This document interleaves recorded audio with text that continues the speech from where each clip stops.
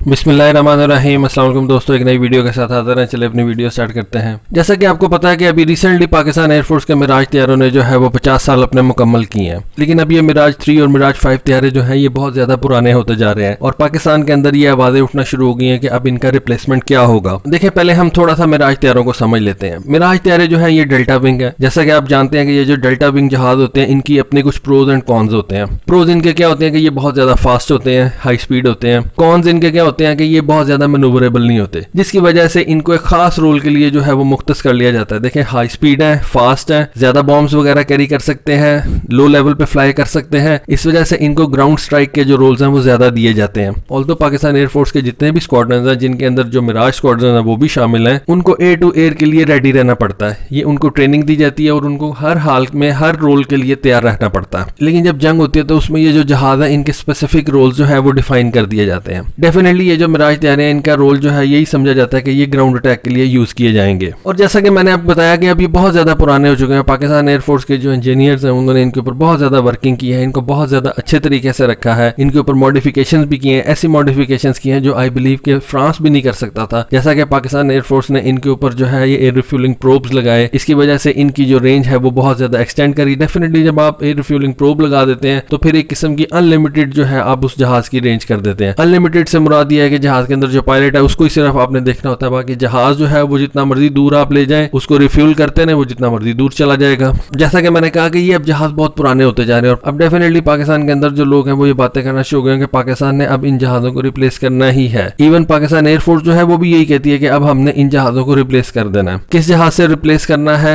अभी तो वो यही कह रहे हैं कि हमने इनको JF-17 थंडर से रिप्लेस करना है। J-10 जहाज लेने की भी बातें हो रही है। उसमें भी मैंने आपको बताया कि जब तक पाकिस्तान एयरफोर्स J-10 जहाज जो है वो 100+ से ज्यादा नंबर्स में नहीं लेंगे वो फीजेबल नहीं होता, क्योंकि कोई भी जहाज आपने मेंटेन करना है तो उसके लिए आपको चाहिए कि उसका एक खास हद तक नंबर आपके एयरफोर्स के अंदर मौजूद हो। ये 36 की तादाद में जहाज लेना या इवन 60s की तादाद में जहाज लेना, ये जो है ये आपका इकोनॉमीज ऑफ स्केल को पूरा नहीं करता। और अगर आपने अपने जहाज की कॉस्ट को कम करना है लॉन्ग रन में तो आपको उसका जो नंबर है वो बढ़ाना पड़ता है। पाकिस्तान एयरफोर्स जैसा कि आपको पता है एक छोटी एयरफोर्स है और उसके पास अनलिमिटेड रिसोर्सेज भी नहीं है। अनलिमिटेड तो हर किसी के पास नहीं होते, तो इसकी वजह से पाकिस्तान एयरफोर्स को ऐसा जहाज लेना चाहिए जो कि लॉन्ग रन में पाकिस्तान एयरफोर्स के काम आ सके। मैं ये देख रहा था तो ये खबर मेरे सामने आई कि मई 2021 के अंदर रशिया ने अपना ये जो जहाज है Su-34 इसको उन्होंने अपग्रेड किया। थोड़ा सा अगर हम इस जहाज को देखें तो ये जहाज तो बहुत ज्यादा पुराना नहीं है। ये जहाज रशिया की एयरफोर्स ने 2014 के अंदर अपनी एयरफोर्स में इंडक्ट किया है, तो अभी जस्ट 7 साल के बाद रशिया ने इसको अपग्रेड भी करना शुरू कर दिया, बल्कि इसको अपग्रेड कर लिया। अच्छा, क्या अब इस जहाज को पाकिस्तान एयरफोर्स जो है वो मिराज तैयारों की रिप्लेसमेंट के लिए यूज कर सकता है? मेरा ख्याल है कर सकता है। सिर्फ इस जहाज के अंदर एक प्रॉब्लम है कि ये ट्विन इंजन है। पाकिस्तान एयरफोर्स को अल्टीमेटली अब ट्विन इंजन जहाजों की तरफ जाना ही पड़ेगा। ये मैं हाइपोथेटिकल बात कर रहा हूँ। देखिए, इस वक्त पाकिस्तान के जो रशिया के साथ ताल्लुकात हैं वो अच्छे होते जा रहे हैं। लोगों ने कहा है कि रशिया ने पाकिस्तान को जहाज भी ऑफर किया है और इस वक्त जो रशिया है ना वो भी विलिंग है कि पाकिस्तान को वो असला बेचे। उसकी क्या रीजन है? देखिए, रशिया की जो एक्सपोर्ट्स है असले की वो कम होती जा रही है। रशिया का सबसे बड़ा बायर जो था वो इंडिया था। इंडिया ने रशिया से अब असला लेना कम कर दिया है। वो अब इसराइल की तरफ जा रहा है, वो अब अमेरिका की तरफ जा रहा है। इस वजह से जो रशिया की एक्सपोर्ट्स थी असले की वो बहुत ज्यादा कम होती जा रही है। रशिया को अब नए बायर्स चाहिए। इस वजह से पाकिस्तान के पास एक चांस है कि वो अब रशिया का असला जो है वो परचेज करे। पाकिस्तानी ये सोचते हैं कि पाकिस्तान जो है Su-35 खरीदेगा। मेरा ख्याल है कि पाकिस्तान को Su-35 से ज्यादा इस जहाज की तरफ जाना चाहिए। ये एक बेहतर चॉइस है। रीजन क्या है? रीजन क्या है कि एक इस्तेलाह है जिसको कहते हैं बॉम्ब ट्रक, यानी कि ये बॉम्ब ट्रक उठाने वाला जहाज है। Su-35 भी बहुत जबरदस्त जहाज है, लेकिन उसको आप ज्यादा जो है वो मल्टी रोल के लिए इस्तेमाल कर सकते हैं। मल्टी रोल के लिए आपके पास F-16 भी हैं, आपके पास JF-17 थंडर भी हैं। लेकिन देखें, इस वक्त हम बात कर रहे हैं मिराज 3 और मिराज 5 को रिप्लेस करने की। मिराज 3 और मिराज 5 जो है वो बिल्कुल आप कह सकते हैं कि ग्राउंड स्ट्राइक के लिए बनाए गए हैं और पाकिस्तान एयरफोर्स जो है वो मिराज 3 और मिराज 5 को सिर्फ ग्राउंड स्ट्राइक्स के लिए रखती है। एयर टू एयर उनके पायलट्स की ट्रेनिंग जरूर होती है, लेकिन जब जंग के रोल की बात आती है तो उस वक्त यही समझा जाता है कि पाकिस्तान उसको सिर्फ ग्राउंड अटैक्स के लिए यूज करेगी। और ये जो Su-34 जहाज है ये ग्राउंड अटैक के लिए परफेक्ट है। रशियन एयरफोर्स भी इसको ग्राउंड अटैक के लिए इस्तेमाल करती है। अब आप ये कहें कि ये जहाज क्यों? क्या ये महंगा जहाज नहीं है? इसके बारे में ये कहा जाता है कि रशियन एयरफोर्स ने इस जहाज को सिर्फ $35 मिलियन के अंदर खरीदा है। डेफिनेटली उन्होंने तो अपने रूबल्स के अंदर खरीदा है, यानी कि 1.05 बिलियन रूबल्स में, और ये तकरीबन $35 मिलियन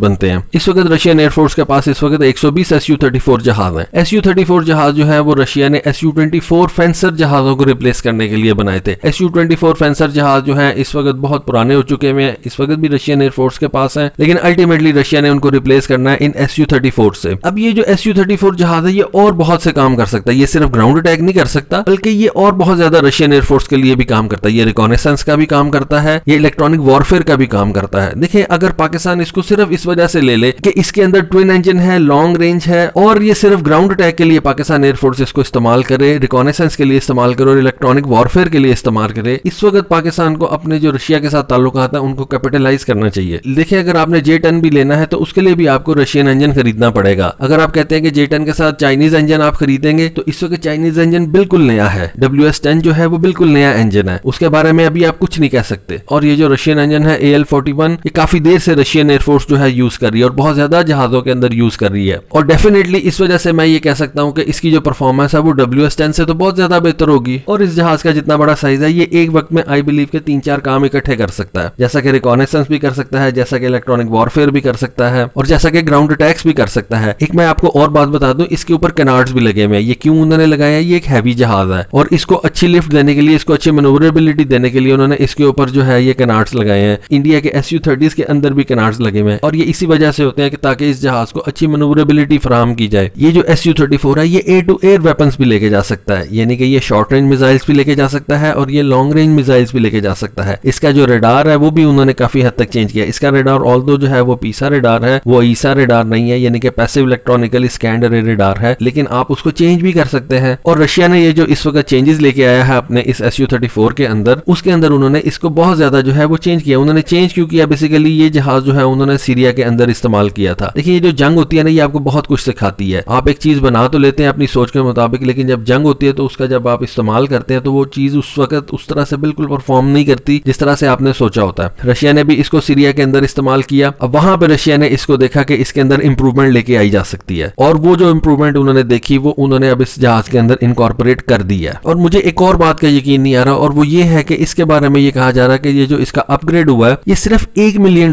के अंदर अपग्रेड हुआ। ये मेरी समझ में नहीं आ रही बात। $1 मिलियन का अपग्रेड जो है वो मेरी समझ में नहीं आ रहा। एनीवे इसको मैं जरूर चेक करूंगा 2-3 जगहों से। लेकिन ये जहाज जो है ये इसने मुझे काफी हद तक जो है वो इंप्रेस किया है। देखिए ये एयर टू एयर भी काम कर सकता है, ये एयर टू ग्राउंड भी काम कर सकता है। इसकी जो रेंज है वो काफी ज्यादा है। रेंज के बारे में मैं इसका आपको बता दूं कि रशिया ने इसकी एक टेस्ट फ्लाइट की थी कि ये कितना दूर जा सकता है। रशिया ने अपना जो यूरोपियन रशिया है यानी कि यूरोप वाली साइड वाला रशिया है वहां से उन्होंने इस जहाज को उड़ाया और जो फार ईस्ट के अंदर उनका रशिया है जो कि अलास्का के करीब जाके मिलता है वहां पे उन्होंने इसको नॉन स्टॉप फ्लाई कराया फॉर 6000 किलोमीटर। 6000 किलोमीटर एक बहुत ज्यादा रेंज है। कहा यही जाता है कि ये अपने इंटरनल फ्यूल के साथ तकरीबन 5000 किलोमीटर जो है वो फ्लाई कर सकता है। 8.5 टन का ये वेपन लोड उठा सकता है। काफी बड़ा इसका साइज है, कैनार्ड इसके ऊपर लगे हुए हैं, इस वजह से आप कह सकते हैं कि ये लो लेवल फ्लाइंग भी कर सकता है। इसके कॉन्स जो है वो यही है कि इसका जो RCS है वो एक गेंडे के RCS के बराबर होगा और वो गेंडा जो कि साइड से आप उसको देख रहे हैं। ये तो Su-27 फैमिली के हर जहाज का ही मसला है कि उसका जो RCS है रेडार के अंदर वो बहुत ज्यादा होता है। वो Su-27 हो या Su-35 वो उसका RCS काफी बड़ा होगा, लेकिन आप उसको लो लेवल फ्लाई करवा सकते हैं। और जिस तरह के मैंने आपको बताया कि ये जहाज जो है इलेक्ट्रॉनिक काउंटर मेजर भी कर सकता है, रिकॉनेसेंस भी कर सकता है और इसके अंदर उन्होंने एक जबरदस्त किस्म का लेजर टारगेटिंग सिस्टम निकाला है, उसका नाम है प्लेटन। तो दोस्तों ये जहाज जो है मुझे काफी हद तक पसंद आया। ये सारी बातें जितनी भी मैंने की ये सारी हाइपोथेटिकल थी। ये जस्ट जहाज मेरे सामने से गुजरा था, सोचा आपके साथ इसको शेयर करूं, इसकी इन्फॉर्मेशन आपके साथ शेयर करूं। ऐसी अभी कोई खबर नहीं है कि पाकिस्तान एयरफोर्स जो है इसको इवन कंसीडर भी कर रही है, लेकिन just for the sake of discussion. लेकिन मेरा ये ख्याल है कि अगर पाकिस्तान एयरफोर्स ये दूसरे तीसरे जहाज इवेल्युएट कर रहा है तो प्राइस को देखते हुए जो कि कोट की जा रही है इसकी प्राइस, उसको देखते हुए मेरा ख्याल है कि पाकिस्तान एयरफोर्स को इस जहाज को भी जो है वो कंसीडर करना चाहिए। दोस्तों इसके बारे में आपका क्या ख्याल है? प्लीज अपनी राय से जरूर आगाह कीजिएगा। आज के लिए बस इतना ही। Thank you. Allah Hafiz.